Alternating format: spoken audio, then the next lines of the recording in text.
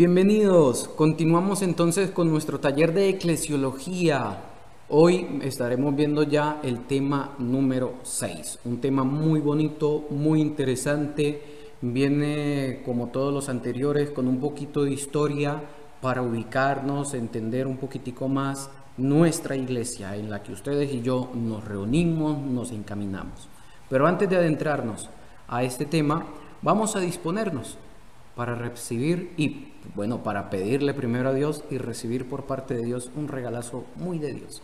En el nombre del Padre, y del Hijo, y del Espíritu Santo. Amén. Le pedimos a Dios Todopoderoso que sea Él quien derrame su Espíritu Santo sobre cada uno de nosotros. Ese Espíritu que nos lleva siempre hacia la verdad plena. Ese Espíritu Paráclito, nuestro abogado, nuestro defensor. Ese Espíritu que comunica diariamente las palabras de Dios a cada uno de nuestros corazones.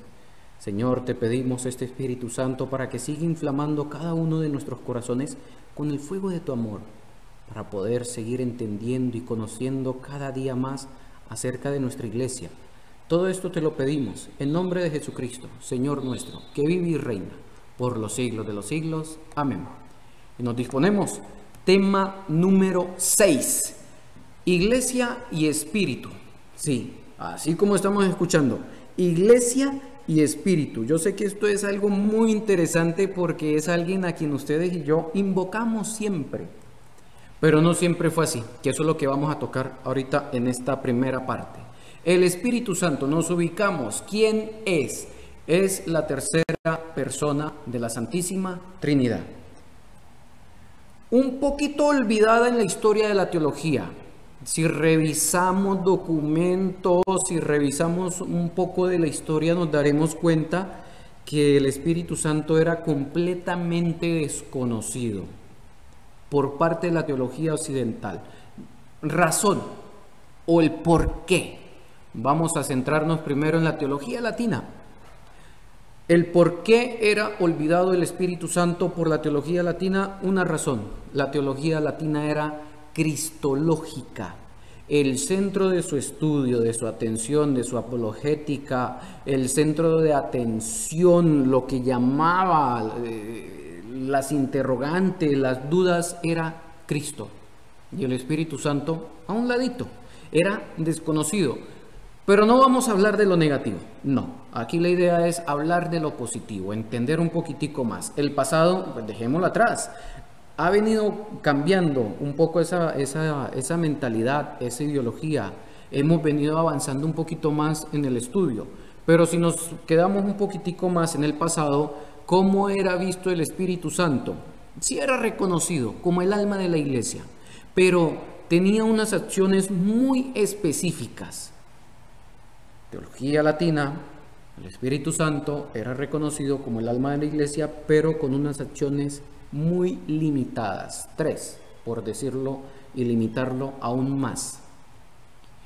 Se veía la acción del Espíritu Santo en la santificación personal.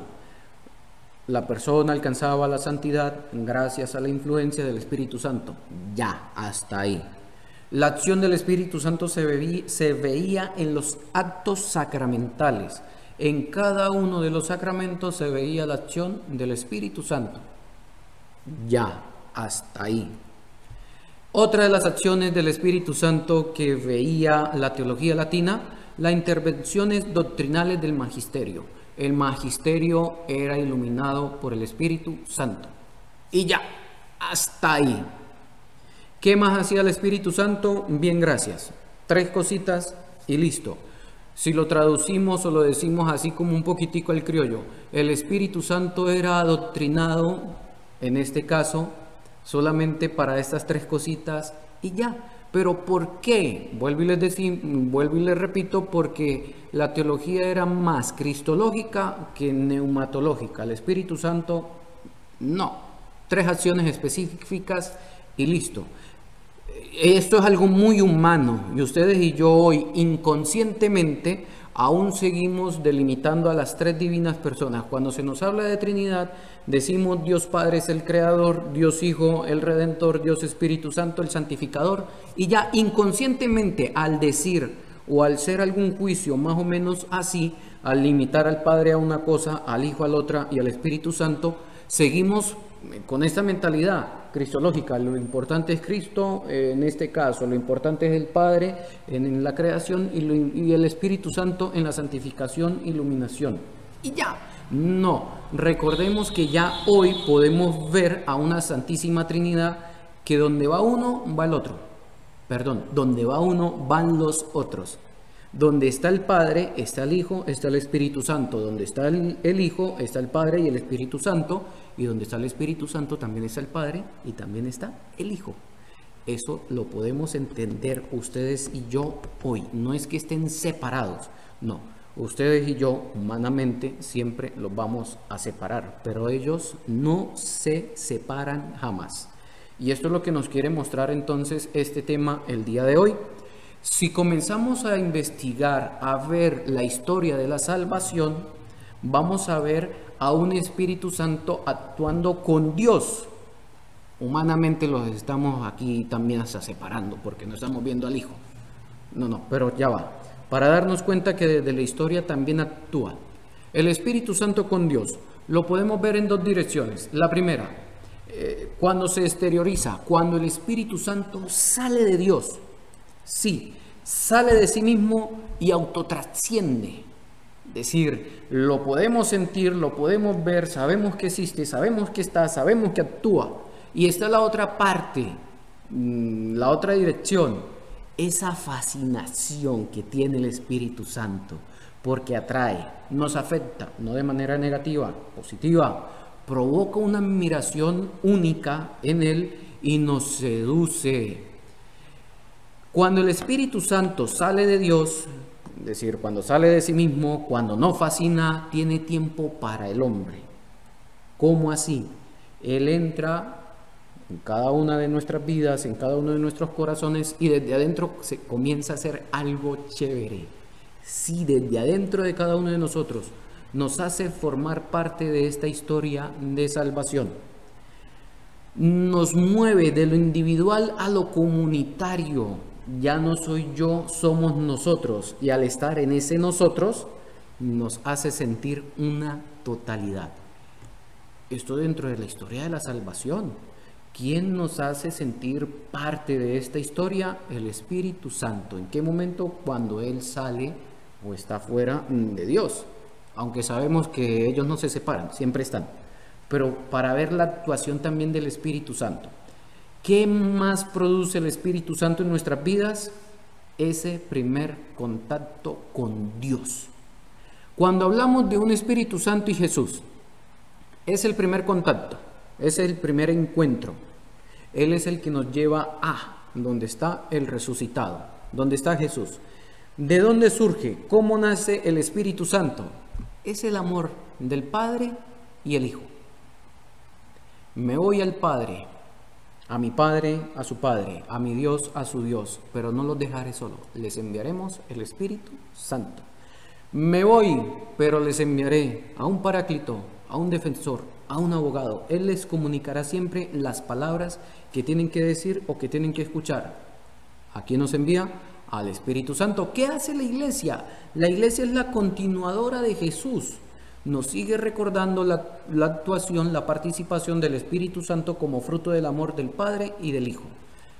La iglesia nace, recordemos que no hay un dato cierto si nació, si fundó, si no fundó, pero lo cierto es que la iglesia nace, se mueve, arranca. La iglesia en la que ustedes y yo creemos, vivimos y participamos hoy, todo esto es movido por el Espíritu Santo desde el día de Pentecostés. El Espíritu se encarga de algo, de edificar la iglesia. No significa que ustedes y yo ya vivimos en una iglesia perfecta. No, el Espíritu Santo se encarga de esto. ¿Por qué? Porque cuando hablamos de una edificación, esto nos lleva a comprender que estamos construyendo algo. Quizás no en esta vida temporal, pero sí en la eterna. El Espíritu Santo es el que nos convoca a trabajar por nuestra iglesia, a trabajar por esta edificación, que es la construcción del reino de los cielos, a mirar hacia el futuro sí, hacia el día de mañana, mirando también nuestro origen, de dónde venimos y para dónde queremos ir.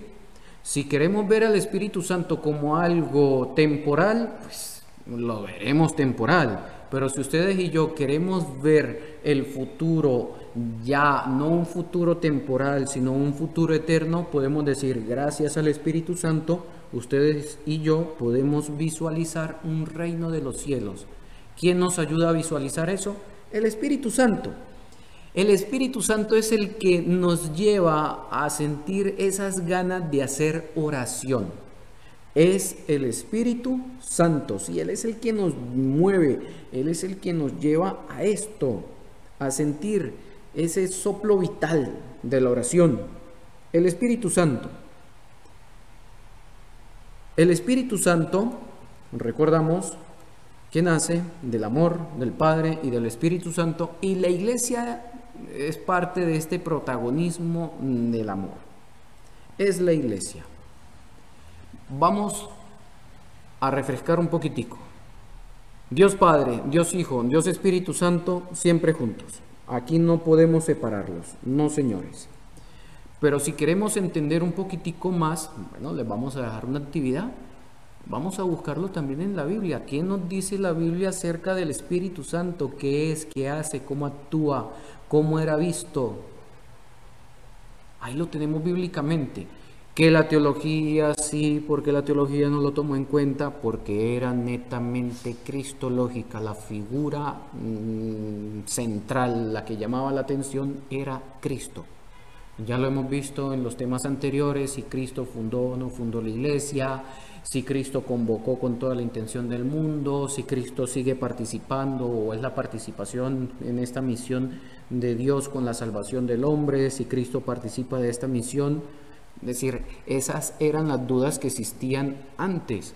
Hoy ya nos estamos viendo en una iglesia que sí está interesada en el Espíritu Santo, que cree en esta efervescencia, en estos carismas que el Espíritu Santo da a cada uno de nosotros. No podemos decir que no participó, que el Espíritu Santo es completamente desconocido. No, así era antes. Hoy, ustedes y yo ya no podemos hablar del gran desconocido porque ya sabemos toda la participación y la actuación que hace el Espíritu Santo. ¿Queremos fundamentarnos un poquitico más? Se los dejo. Aquí tenemos todas estas citas bíblicas. Primera Tesalonicenses, segunda, tenemos la cita bíblica inclusive hasta de Pentecostés. ¿Cómo estaban reunidos los apóstoles? A puerta cerrada por miedo a. Pero después de que reciben el Espíritu Santo, lo primero que pierden es el miedo. Y salen a hablar. Ese hablar en lenguas. La mala interpretación es aquellos que comienzan a decir cuánta cosa se le ocurre en la mente que ni ellos saben qué están diciendo. Y hay otro que lo interpreta. No, ese no es el don de lenguas. Cuando aquí nos habla Pentecostés, que comienzan a hablar en lenguas, para ubicarnos un poquitico, hagamos cuenta que hay una reunión con personajes internacionales todos, cada uno con una lengua diferente, chino, japonés, italiano, inglés, español. Y los apóstoles que no tenían toda esa riqueza cultural, comienzan a hablarle a cada uno de ellos y ellos le entendían en su propia lengua. Eso es algo que da el Espíritu Santo. Quizás ustedes y yo, aunque no sepamos lenguas, pero cuando le hablamos de Dios a otra persona, la otra persona tiene la capacidad, si deja actuar el Espíritu Santo en su vida, de entender todo lo que nosotros le podamos decir de Dios. Si deja actuar al Espíritu Santo, no podemos obligar así como Dios no nos obliga. Entonces la actividad, para darnos cuenta que sí, es decir, no es ningún desconocido. Él actúa, ha actuado y seguirá actuando, no de manera separada, porque siempre actúan los tres. Tema número 6. La iglesia y el Espíritu. Que esto sea siempre de muchísima ayuda para cada uno de nosotros. Y que Dios les siga bendiciendo hoy, mañana y siempre. Dios les bendiga.